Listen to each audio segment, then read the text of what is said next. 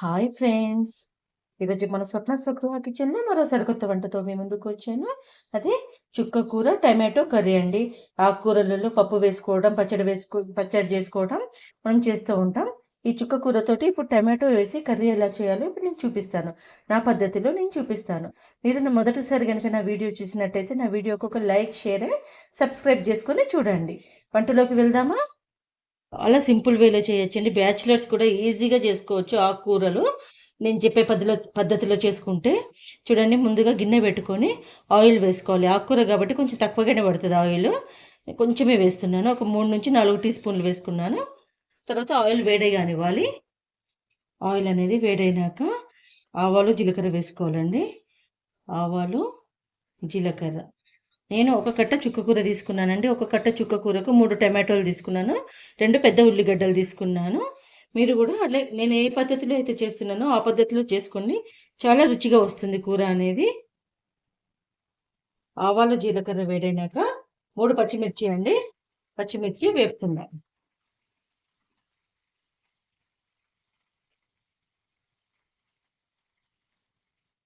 తర్వాత ఆనియన్ అనేది కొంచెం మంచిగా వేగాలి. నూనెలోనే మంచిగా వేగాలి. ఇప్పుడు ఆనియన్ వేసినాక మూత పెట్టి ఒక 2-3 మినిట్స్ వేపుకుందాం. ఆనియన్స్ చూడండి ఇట్లా కొంచెం మెత్తగా వేగినాక ఇందులో పసుపు వేసుకుందాం. కొంచెం పసుపు వేసుకోవాలి.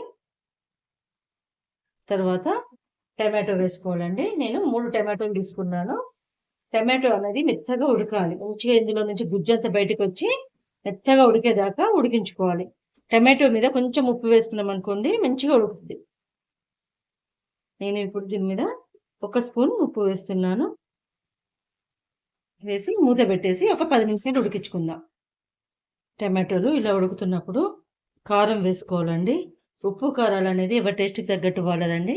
నేను ఈ స్పూన్ తోటి ఒక కట్ట కారం, చుక్క కూరకి 1 స్పూన్ కారం వేస్తున్నానండి. 3 టమాటోలు వేసాను, 3 పచ్చిమిర్చి వేసాను కాబట్టి చుక్క కూర అనేది పులుపు ఎక్కువగా ఉంటుంది కాబట్టి కొంచెం కారం పడుతుంది. సో ఒక కట్ట చుక్క కూరకి 1 స్పూన్ కారం వేసాను. చూడండి టమాటో గుజ్జు గుజ్జు అయిపోయింది. ఇప్పుడు చుక్క కూరను వేసుకుందాం. మంచిగా కడిగి కట్ చేసి పెట్టుకున్న చుక్క కూర ఇలా వేసుకుంటే ఒక్కొక్కటే నిమిషంలో మెత్తబడిపోతుందండి.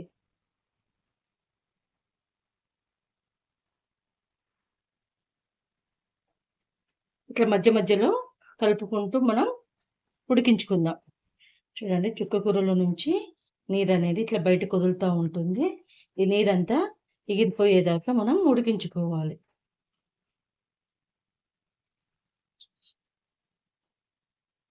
ఇలా మధ్య మధ్యలో కలుపుతూ ఒక 2-3 సార్లు కలుపుకుంటే సరిపోతుందండి.